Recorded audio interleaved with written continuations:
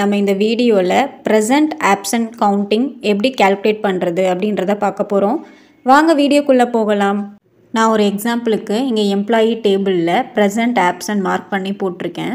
So அதிலிருந்து எப்படி எத்தனை ப்ரெசன்ட் இருக்குது எத்தனை ஆப்சன்ட் இருக்குது அப்படின்றத கால்குலேட் பண்ண போகிறோம். ஸோ இப்போ கவுண்டிங் ஆஃப் ப்ரெசண்ட்டில் equal to countif. So countif அப்படின்னு கொடுத்தோன்னா நம்ம பர்டிகுலராக எத்தனை ப்ரெசன்ட் இருக்குது எத்தனை ஆப்சன்ட் இருக்குது அப்படின்றத நம்ம கால்குலேட் பண்ணிக்க முடியும்.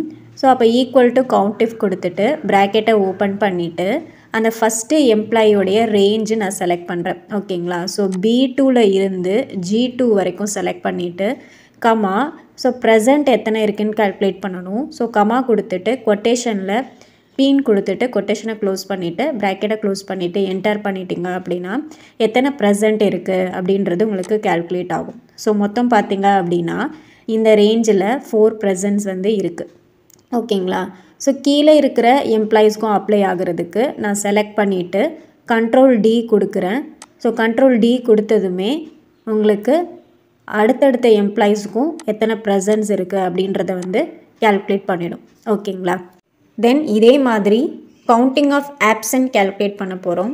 ஸோ இங்கே வந்து நம்ம பீன் கொடுத்தோம் இல்லையா, அதுக்கு பதிலாக ஏன் கொடுக்க போகிறோம்.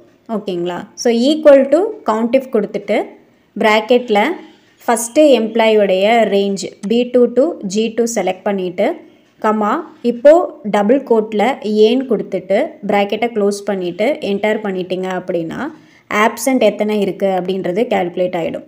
ஓகேங்களா?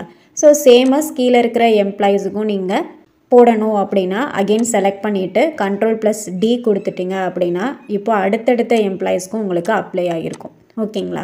ஸோ இந்த மாதிரி தான் எத்தனை ப்ரெசன்ட் இருக்குது எத்தனை ஆப்சண்ட் இருக்குது அப்படின்றது நம்ம கால்குலேட் பண்ண முடியும். ஓகேங்களா?